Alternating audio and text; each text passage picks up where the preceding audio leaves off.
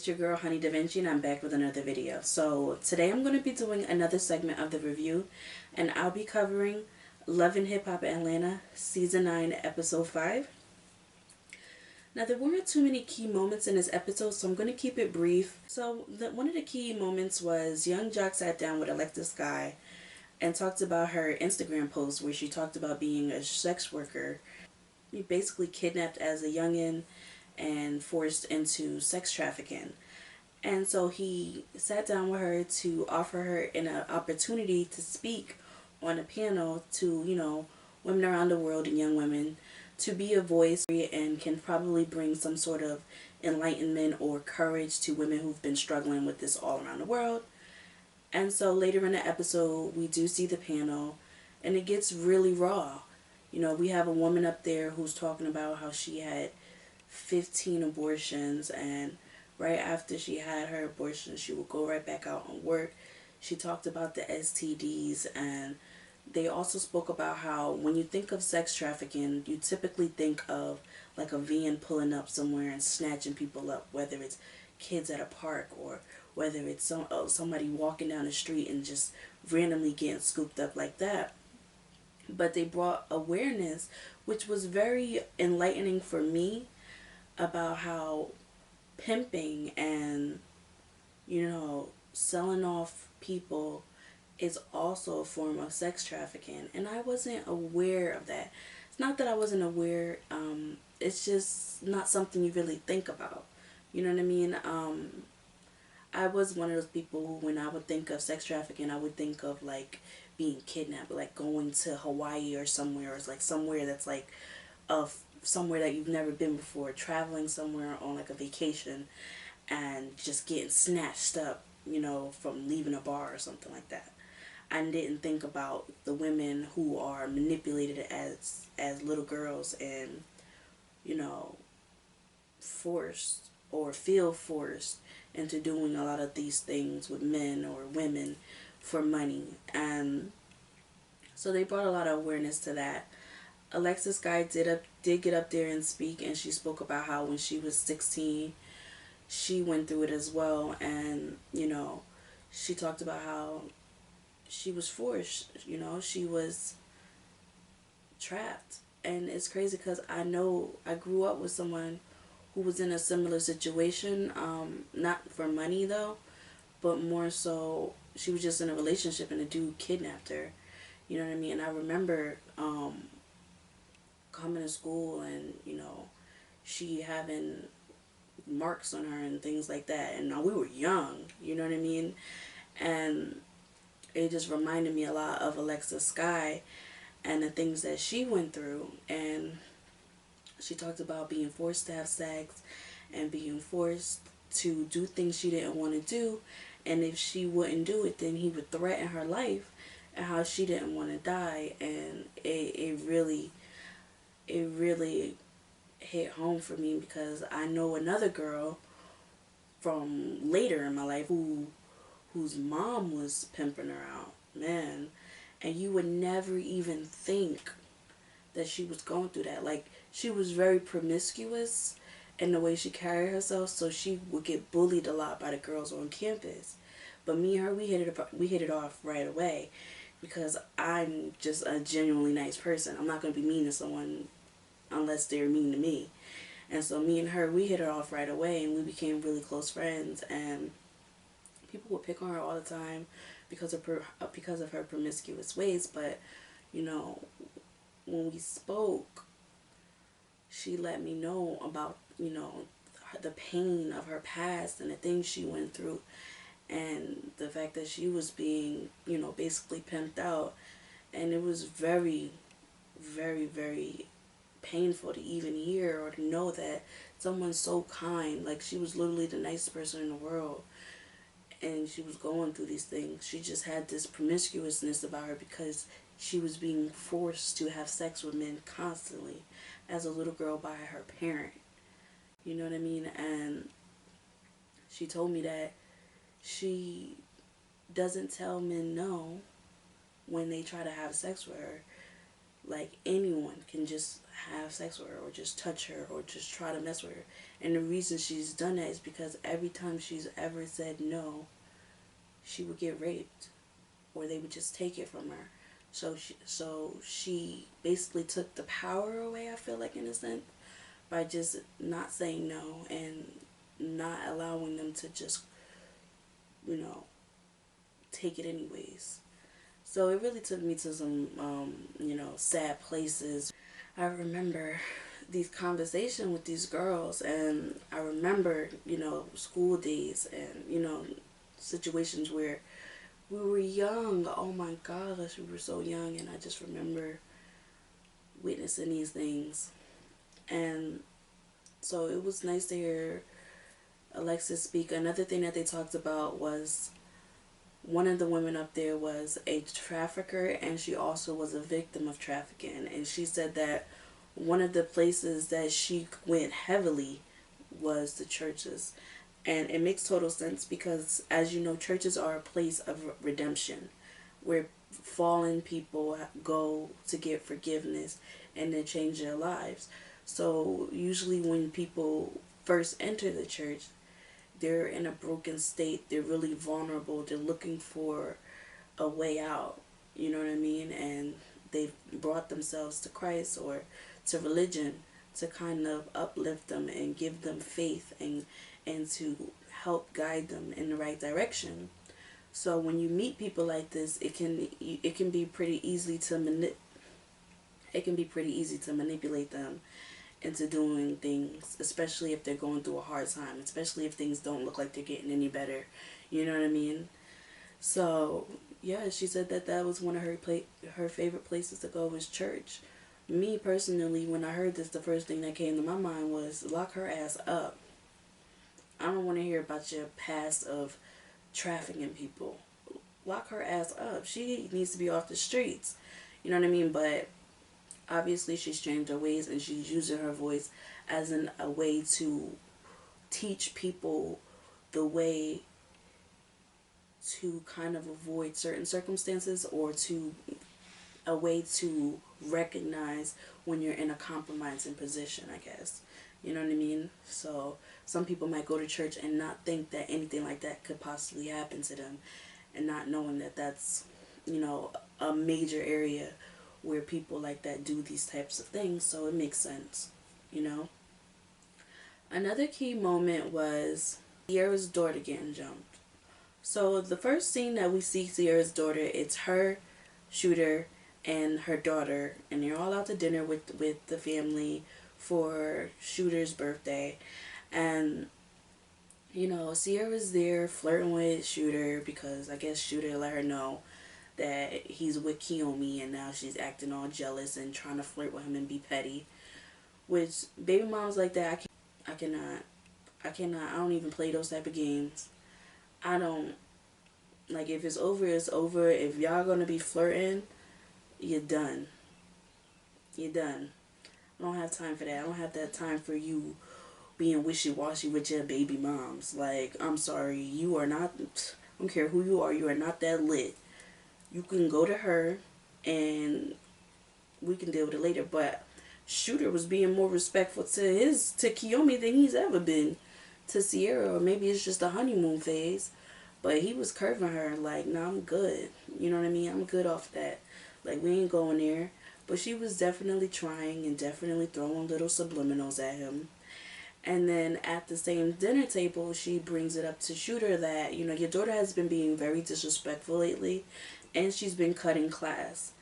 And so the daughter's sitting there pouting at the table, talking about how she hates school and how it's just so rough and things like that. And I'm just like, it is really a new day and age where your parents are just talking to you while you're acting up. Like, she's being very disrespectful. She's cutting class. Like, listen, you cut class. Listen, my daughter already know what it is. You skip your schoolwork, you leave your schoolwork at school, or you don't do your homework or whatever, I'm adding extra work. So you either gonna do this work or we're gonna go online, find you something I can print up, and now you got extra work to do. So you're either gonna do it or you're gonna do extra. So to avoid doing extra, you're just gonna do it. You know what I mean? But they on some shit like, let's talk to her and tell her to be better. Girl, you're gonna be better. From my standpoint as a mother, you're gonna be better. Period. Whether you want to be better or not, you're gonna either be better by force or by choice. You might as well do it by choice because it's gonna be a lot easier than me adding a load of work onto the work that you've already been trying to avoid. You know what I mean? So that's that on that. Then we see the daughter again on the news when, all hell breaks loose. Some girl that the daughter had gotten to a verbal altercation with called her mom to the school and they jumped Sierra's daughter. So Sierra's on the news, she's crying and she's going off and she's all upset about it. But my whole thing is, Sierra, where is that same energy that you had for Carly?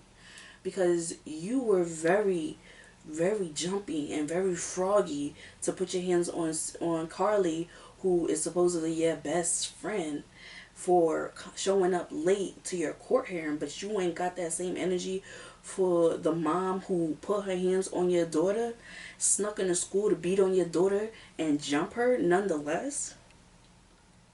When that happens to you, it's I want justice, I want peace, I want justice. What? Where is that energy? Like, where's some of that energy? Where's partial of that energy? Like, where's the piece of that energy at? You talking about peace and justice on the news. Then she had the audacity to say that she knows the lady and knows where the lady lives. Talking about she lives in the same building.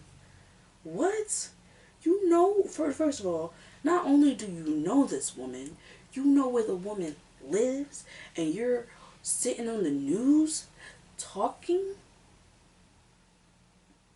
Oh, hell no. I would be in my mugshot smiling. Ain't no way. Ain't no way I'm about to sit around here after a grown ass woman made the decision to go drive to my daughter's school, sneak in, catch my daughter in the bathroom, and then put her hands on her. Ain't no way in the world I'm going to be on the news talking about I want justice. When 2 episodes ago I was duffing my best friend for being late to a court hearing. But anyway, so after that happens, we see Sierra and Shooter sitting down with the daughter, basically trying to figure out what's going on. And, they were not being good parents. I'm sorry. You really can't judge people on their parenting, but I'm sorry. They're not good parents. They don't have good communication. They don't.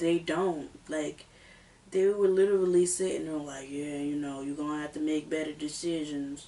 Like, what type of communication is that? Your daughter just got jumped on the news for the whole world to see, and the best you could come up with is, yeah, she's going to have to make better decisions. Get out of here with that.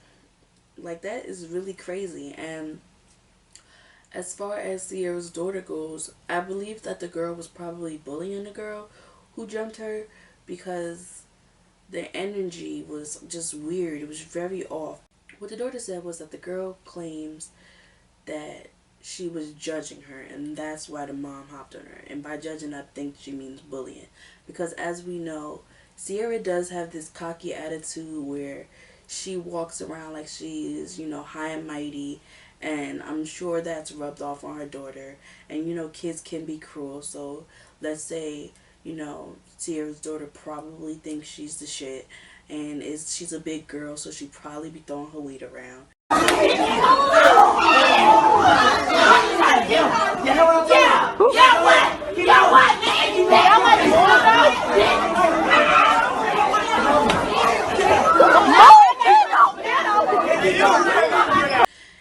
And she probably was bullying the old girl, and old girl's mom was probably one of those moms that don't play about their kids. And since her daughter was, probably much smaller, it looked like she was too in the video, much smaller than Sierra's daughter, the mom jumped in.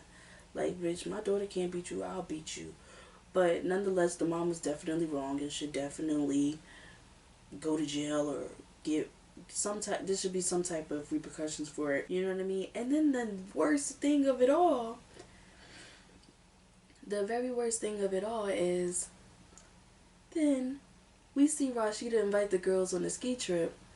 After all this happens, Sierra really has the audacity to go on the ski trip right after her daughter got jumped. She didn't make no attempts to even get any of that justice she was talking about. And then you're gonna go travel while your daughter just got jumped by a grown ass woman? Wow. Like, wow. Like, Sierra is truly selfish, and it's not even just like a selfish friendship, like I was saying prior about Carly. Like, she's just genuinely a selfish person to the core. You know what I mean? Like, how do you do this to your daughter? Right now is when you need to be showing your daughter how much you care. Because she's acting out for a reason. She's probably not taking the divorce between you and the dad well. And on top of that, y'all probably were arguing and doing all types of stuff around them. You know what I mean? And so that right there probably rubbed off on them. And your daughter probably knows about you being publicly humiliated by her father.